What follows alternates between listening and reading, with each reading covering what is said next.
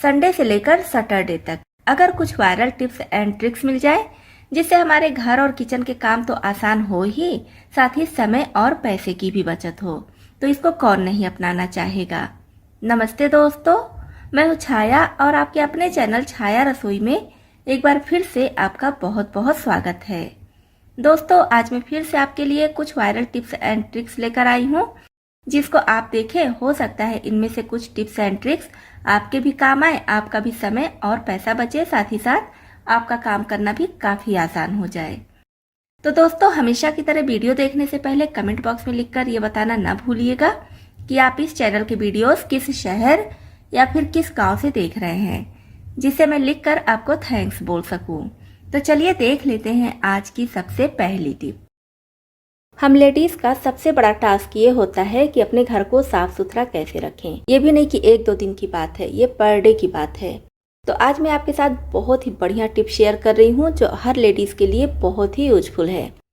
तो इसके लिए हम लेंगे एक बाल्टी में पानी, मतलब कि जो पोछा लगाने वाली बाल्टी होती है उसमें आप पानी ले लीजिए और उसमें डाल दीजिए 1 चम्मच नमक। यहाँ पर आप कोई भी नमक ले सकते हैं, सेंधा या फिर नॉर्मल, जो नमक आप यूज करते हैं ले लीजिए। इसी के साथ में डाल देंगे 1 चम्मच के लगभग डेटॉल या फिर सेवलॉन, जो भी आप यूज करते हैं आपके घर में हो वो डाल दीजिए। जैसे कि हम सभी जानते हैं कि नमक सफाई का काम बहुत अच्छे से करता है, साथ ही साथ हम इसमें सेवलॉन डाले हैं। तो सेवलॉन या फिर डेटॉल ये सब कीटनाशक होते हैं, साथ ही साथ बहुत अच्छी खुशबू भी आती है। और अब इसमें हम डालेंगे वो खास चीज़ है तेल। कोई भी तेल आप ले लीजिए, बस ध्यान रखिए कि बहुत ज़्यादा थिक वाला तेल नहीं लेना है। जैसे कि सरसों का तेल हो गया, कैस्टर ऑयल हो गया, तो ये सब काफ़ी ज़्यादा थिक होता है। आप थोड़ा लाइट तेल लीजिए, चाहे तो खाने वाला ले लीजिए या फिर बाल में लगाने वाला, कोई दिक्कत नहीं है। एक्सपायर है तो वो भी चलेगा। आप यहाँ पर नारियल का तेल भी ले सकते हैं या फिर कोई खुशबू वाला तेल है जिसकी खुशबू आपको बहुत ज़्यादा पसंद है तो उसको भी ले सकते हैं। तो तेल ज़्यादा नहीं लेंगे, बस आप देखिए मैं यहाँ पर चम्मच में निकाल कर आपको दिखा रही हूँ। 1/4 छोटा चम्मच के करीब ही लेना है। ऐसा नहीं कि बहुत ज़्यादा डाल दीजिए तेल और फिर जो आए जाए वो फर्श पर गिरने लगे, फिसलने लगे। तेल हम इसलिए ले रहे हैं क्योंकि पोछा तो हम रोज ही लगाते हैं, लेकिन फिर भी कभी कभी हमारे फर्श में बहुत अच्छी शाइनिंग नहीं आती है। जैसे जैसे फर्श पुराना होता जाता है वैसे वैसे उसकी शाइनिंग जाती रहती है। तो क्या करेंगे, जब थोड़ा सा तेल डालकर हम पोछा लगाएंगे तो जहाँ भी शाइनिंग जा चुकी है वो एरिया काफ़ी अच्छे से चमकने लगता है। और इस टिप को आप हर तरह के फ्लोर पर, हर तरह के फर्श पर अपना सकती हैं। अगर आपके किचन काउंटर से शाइनिंग जा चुकी है तो उसको भी आप इसी पानी से साफ कर सकते हैं, वो भी जम्स फ्री हो जाएगा, साथ ही साथ एकदम चमक जाएगा। तो अभी तो मैं फ्लोर क्लीनर की तरह इसको यूज करूंगी। और अब इसके साथ में हमें चाहिए गर्म पानी। बहुत ज़्यादा गर्म पानी नहीं चाहिए, इतना गर्म पानी चाहिए जितना कि हाथ सह सके। इससे क्या होगा, जो हम तेल डाले हैं तेल अच्छे से पानी में मिक्स हो जाएगा। अगर हम नॉर्मल पानी में या ठंडे पानी में तेल डालेंगे तो तेल ऊपर तैरता रहता है, लेकिन जब पानी थोड़ा गर्म रहेगा तो तेल इसमें अच्छे से मिक्स हो जाएगा, जिससे हम जितनी बार भी पोछे के कपड़े को पानी में डिप करेंगे हर बार थोड़ा थोड़ा ऑयल कपड़े में आ जाएगा। फिर हम इससे पोछा लगाएंगे तो हमारा फर्श एकदम बढ़िया चमक जाएगा, इसकी जो शाइनिंग खो चुकी है वापस से आ जाएगी। तो इस तरह से अगर आपके यहाँ भी फर्श थोड़ा धुंधला हो गया है और कितना भी आप पोछा लगाइए साफ नहीं दिखता है, शाइनिंग नहीं आती है, तो बस थोड़ा सा 2 से 4 बूंद तेल डालिए पानी में और फटाफट पूरे घर में पोछा लगा लीजिए। और जब घर एक बार अच्छे से साफ हो जाता है, हर जगह का फर्श अच्छे से चमक जाता है, तो किसी कारण से, किसी इमरजेंसी में अगर आप 1-2 दिन पोछा नहीं भी लगा पाती हैं तो भी आपका घर साफ सुथरा एकदम चमकदार दिखेगा। तो दोस्तों, उम्मीद करती हूँ आपको ये टिप भी बहुत ज़्यादा पसंद आई होगी। चलिए बढ़ते हैं नेक्स्ट टिप की तरफ। अगर आप लौकी की सादी सब्जी बना रहे हैं और चाह रहे हैं कि समय कम लगे, तब आप लौकी इस तरह से कट कीजिए। जैसे क्या होता है, ज़्यादातर लोग बीच से लौकी कट करते हैं और उसके बाद पतला पतला ऐसे कट करने लगते हैं। तो इस तरह से ना कट करके आप इस तरह से कट कीजिए। इससे आपकी लौकी की सब्जी बहुत जल्दी बन जाएगी। उसको बनने में अगर 20 मिनट लगता है तो छोटा कट होने की वजह से ये सब्जी आपकी 12 से 13 मिनट में ही बन जाएगी। छोटी सी टिप है लेकिन हर किचन के लिए बहुत ही काम की है। मार्केट से जब हम नई कंघी लेकर आते हैं तो कोई कोई होता है कि जब हम इसको बाल में लगाते हैं तो इस तरह से चुभता है। खासकर बच्चे बहुत ज़्यादा परेशान करते हैं, कॉम्ब कराना बिल्कुल भी पसंद नहीं करते हैं कि लगेगा। तो इसके लिए बहुत अच्छी टिप लाई हूँ। आप लीजिए नेल पॉलिश और नेल पॉलिश इस तरह से यहाँ पर लगा दीजिए। आप चाहे तो कंघी के कलर का ही नेल पॉलिश ले लीजिए या फिर अदर कलर का भी ले सकते हैं, कोई दिक्कत नहीं है। तो बस इस तरह से इसके लगा दीजिए और फिर रख दीजिए इसको सूखने के लिए। जब ये अच्छे से सूख जाए फिर आप इसे कंघी कीजिए।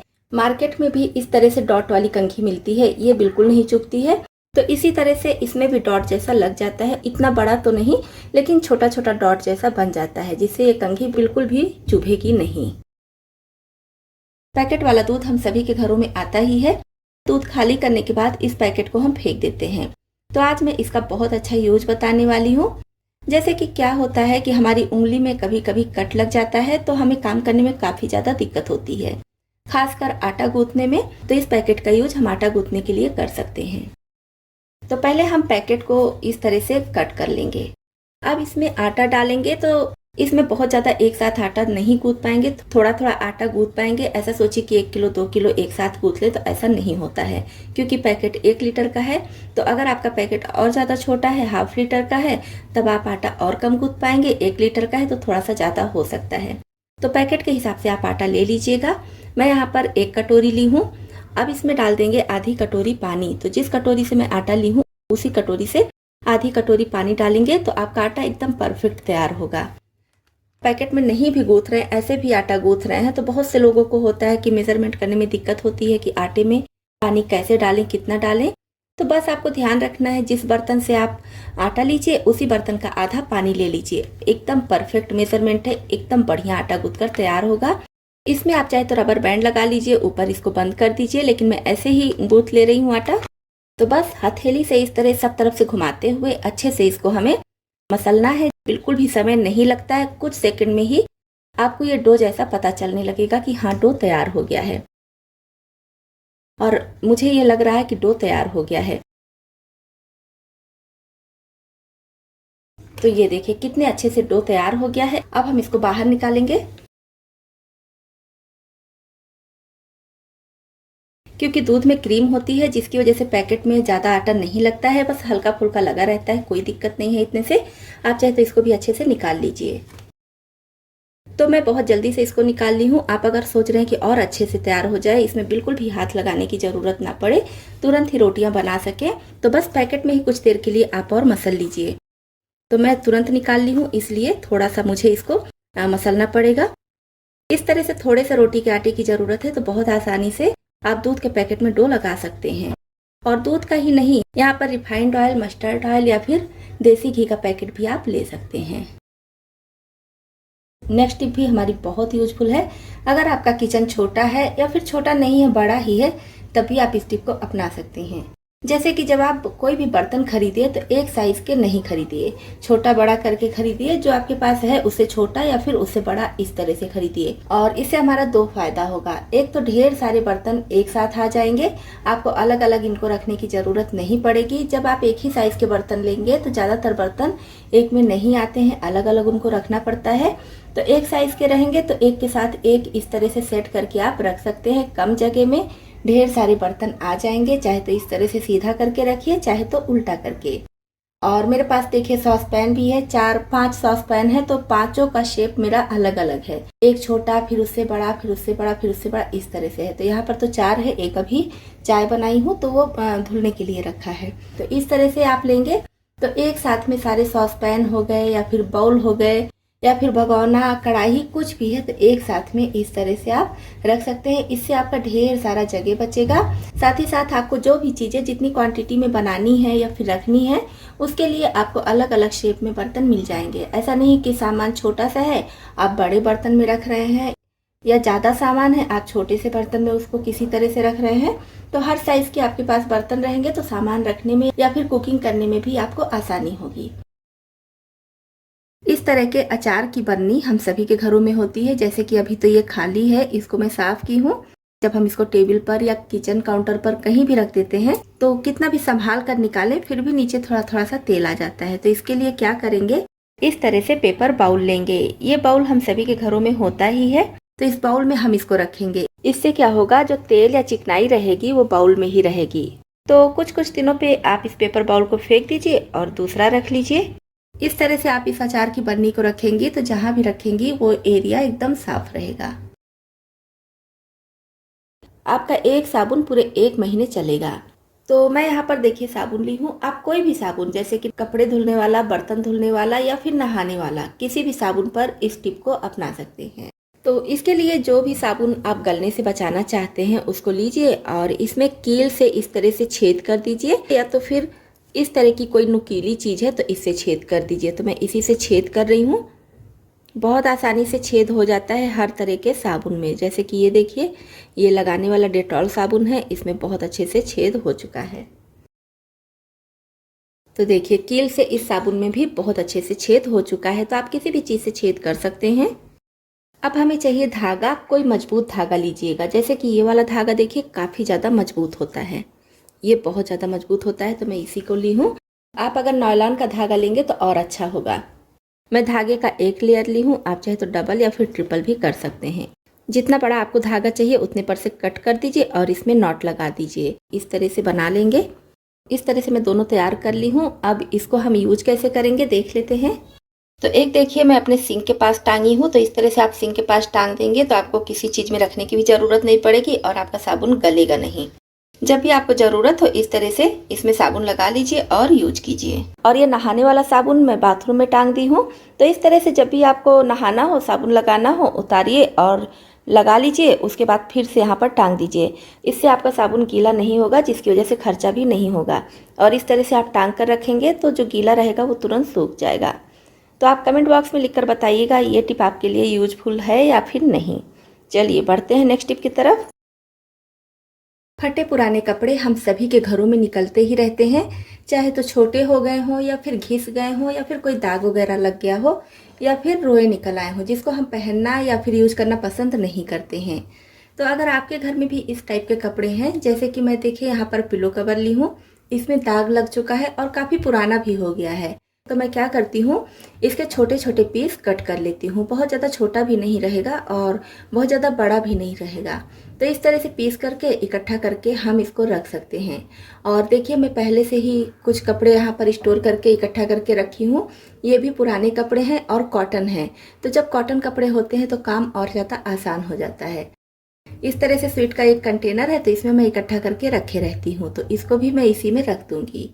अब इसका यूज क्या करेंगे, जैसे अभी त्योहार का सीजन है। त्योहार का क्या, अगर त्योहार नहीं भी रहता है तो सालों साल हम सभी के घरों में कुछ ना कुछ सफाई होती रहती है। कुछ नहीं तो किचन में जैसे तेल का डिब्बा है या फिर हल्दी मिर्ची का डिब्बा है, मसाले का है, तो उन सबको पोंछने के लिए हमें कपड़ों की ज़रूरत होती है। तो हम क्या करेंगे, इसमें से एक पीस निकालेंगे और जहाँ भी डस्टिंग करना है या फिर कुछ साफ़ करना है, पोंछना है, तो बस इससे हम अच्छे से साफ़ कर लेंगे। चश्मे का यूज हर घर में लगभग सभी लोग करते हैं। बच्चों को छोड़ दें, बच्चों को क्या, सिर्फ कुछ बच्चों को अगर छोड़ दें तो बाकी बच्चे भी आजकल लगाते ही हैं।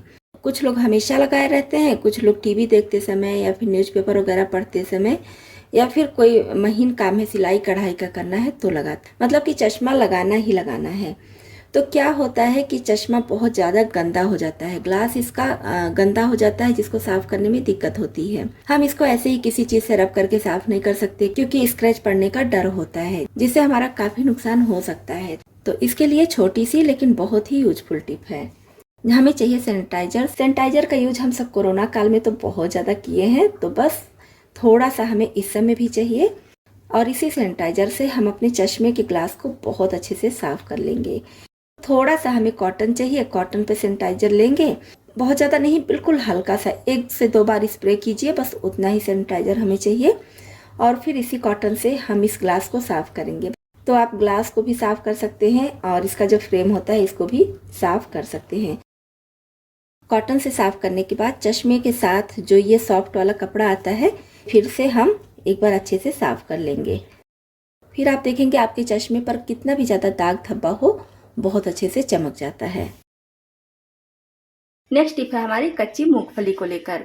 जैसे कि कच्ची मूंगफली हम बालू में भून सकते हैं, नमक में भून सकते हैं, लेकिन कभी कभी होता है कि कोई व्रत त्योहार होता है, हमें नमक नहीं खाना होता है या फिर हम बालू का यूज नहीं करना चाहते हैं, तो बिना नमक या बालू के भी हम कच्ची मूंगफली भून सकते हैं। इसके लिए गैस पर एक कढ़ाई चढ़ाएंगे और ध्यान रखिए थोड़ी भारी तले की कढ़ाई हो तो ज़्यादा अच्छा है। और इसमें जितनी भी मूंगफली आपको भूननी है उसको डाल दीजिए, इस तरह से फैला दीजिए और फ्लेम एकदम लो रख के इसको ढक दीजिए करीब 2 मिनट के लिए। 2 मिनट बाद हम इसको चला देंगे एक बार और फिर से 2 मिनट के लिए ढककर इसी तरह से भूनने देंगे। अब इसको हमें ढकने की ज़रूरत नहीं है। थोड़ी-थोड़ी देर पर चलाते हुए करीब 4 मिनट तक इसको और भून लेंगे। यहाँ पर फ्लेम लो रखना है। लो फ्लेम पर जितना बढ़िया हम इसको चलाते हुए भूनेंगे, मूँगफली उतनी ही बढ़िया खस्ता होगी। तो मूँगफली लेते समय सबसे पहले तो आप ध्यान रखिए कि आपकी मूँगफली अच्छे से पकी हुई हो। मतलब कि वो कच्ची वाली मूँगफली नहीं होनी चाहिए। अच्छे से पकी हुई सूखी मूँगफली हो, तब उसको आप इस तरह से भून सकते हैं। ना तो बालू की ज़रूरत, ना ही नमक की। लगभग 8 मिनट हुआ है, मूँगफली अच्छे से भुन चुकी है। खाने में बहुत टेस्टी लगती है। जैसे मार्केट से हम भुनी मूँगफली लाते हैं, सेम वही स्वाद इसका भी आएगा। तो देखिए कितनी अच्छे से मूँगफली भुन चुकी है, बहुत अच्छे से टूट भी रही है, दाना एकदम खस्ता लग रहा है। तो इस तरह से बिना बालू या नमक के आप भी मूँगफली भूनकर तैयार कर सकते हैं।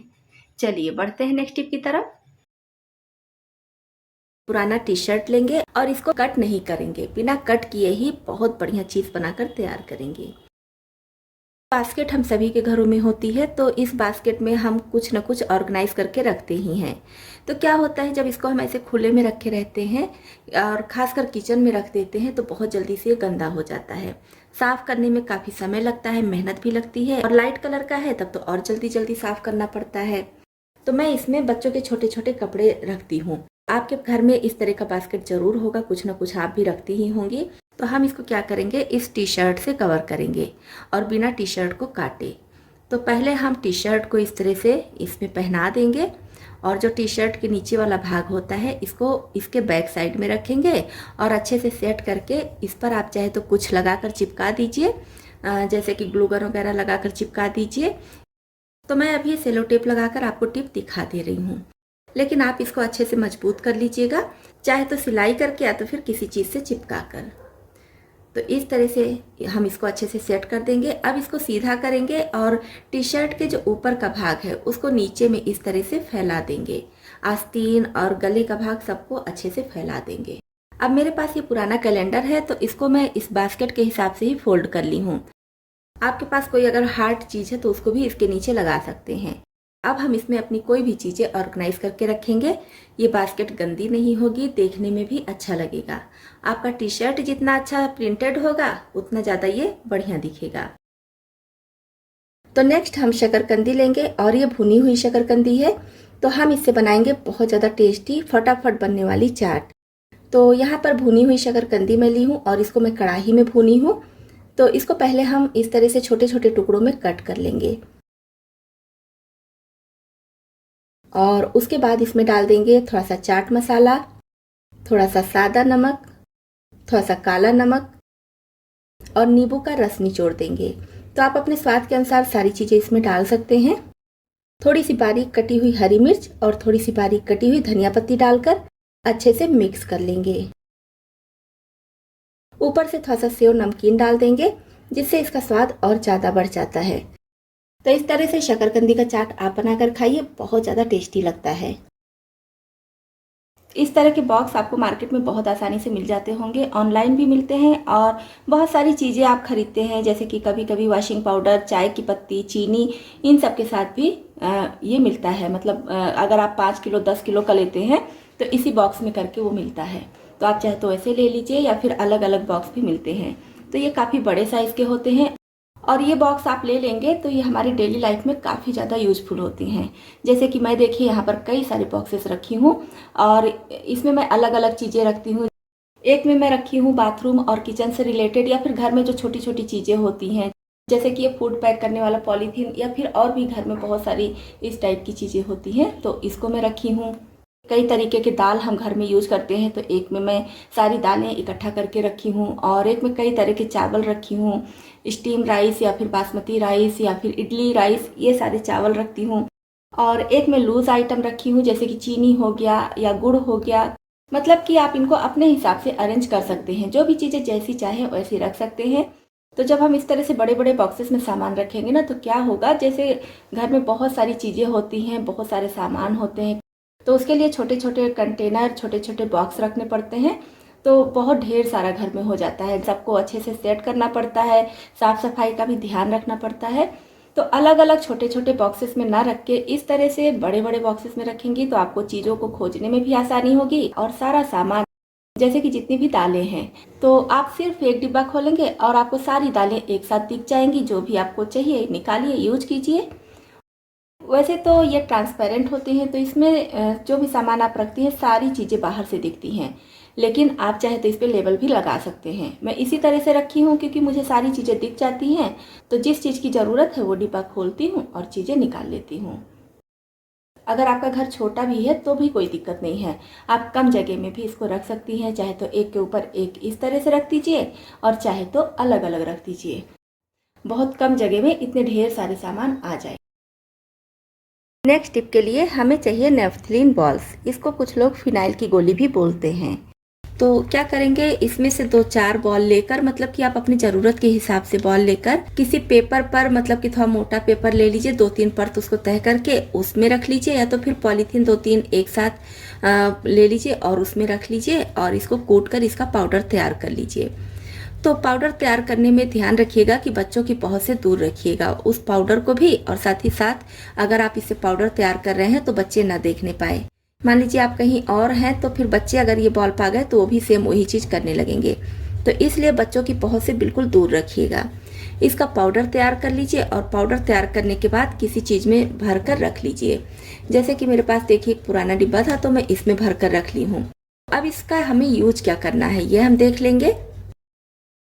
अब जिस बाल्टी में पानी लेकर हम पोछा लगाते हैं तो वही पानी ले लेंगे और इसमें डालेंगे एक ढक्कन व्हाइट विनेगर, जिसका यूज हम चाइनीज खाने में करते हैं, वही वाला सिरका डाल देंगे एक ढक्कन के करीब। और थोड़ा सा शैम्पू, आप देख पा रहे होंगे पाउच में बहुत ज़्यादा शैम्पू नहीं है तो बस थोड़ा सा ही डालेंगे, लगभग आधा छोटा चम्मच के करीब। या फिर आपको कम पोछा लगाना है तो थोड़ा सा कम भी कर सकते हैं। तो यूज किया हुआ पाउच भी आप यहाँ पर ले सकते हैं क्योंकि यूज किए हुए पाउच में भी काफ़ी सारा शैम्पू रह जाता है। फर्श पर क्या होता है कि लोग चप्पल जूते पहनकर चलते हैं जिससे दाग धब्बे चिपक जाते हैं, जल्दी छूटते नहीं हैं, तो शैम्पू डालने से वो बहुत आसानी से साफ हो जाएंगे। अब हमें चाहिए ये नेफ्थलीन बॉल जो हम पीस कर रखे हैं, तो इसको भी बहुत ज़्यादा नहीं लेंगे, एक छोटा चम्मच के करीब मैं ली हूँ क्योंकि मुझे काफ़ी ज़्यादा पोछा लगाना है। अभी थोड़े से पानी में सिर्फ आपको दिखा रही हूँ, फिर इसमें और पानी ऐड करके पूरे घर में लगाऊंगी। आपको अगर कम एरिया में पोछा लगाना है तो सभी चीज़ों की मात्रा थोड़ा कम भी कर सकते हैं। हम इसमें विनेगर का यूज किए हैं, साथ ही साथ नेफ्थलीन बॉल्स का यूज किए हैं। ये दोनों चीज़ें जम्स के दुश्मन हैं, जम्स इनसे कोसों दूर भागते हैं, तो आपका घर जम्स फ्री भी हो जाएगा। तो बस अब आप इसमें अपने पोछे वाला कपड़ा डालिए और हल्का सा निचोड़ कर पूरे घर में पोछा लगा डालिए। इससे आपका घर साफ सुथरा चमकदार तो होगा ही, साथ ही साथ जम्स फ्री भी होगा। दोस्तों आई होप आपको ये टिप पसंद आई होगी। पसंद आई हो तो वीडियो को लाइक जरूर कीजिएगा। तो दोस्तों इसमें से आपको कौन सी टिप ज़्यादा पसंद आई और कौन सी पहले से पता थी, कमेंट बॉक्स में लिखकर जरूर बताइएगा। इसी तरह से यूजफुल टिप्स एंड ट्रिक्स देखने के लिए, साथ ही साथ हमारी यूट्यूब फैमिली में शामिल होने के लिए इस चैनल को अभी तक सब्सक्राइब नहीं किए हैं तो सब्सक्राइब भी कर लीजिएगा।